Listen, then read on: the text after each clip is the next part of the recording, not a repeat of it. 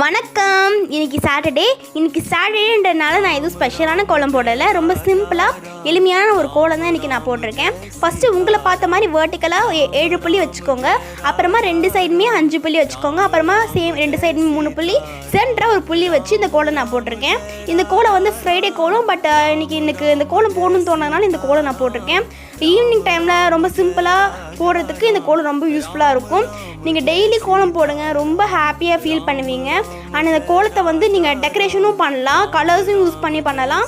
But நான் வந்து சிம்பிளாக ரொம்ப வந்து வெறும் அரிசி மாவு கோலமாக வச்சு இந்த கோலம் போட்டிருக்கேன்.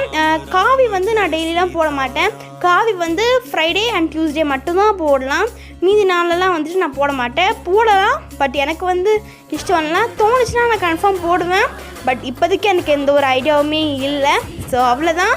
இந்த வீடியோ பிடிச்சிருந்தா மறக்காமல் பாருங்கள். நெக்ஸ்ட் வீடியோவில் பார்க்கலாம். பாய்.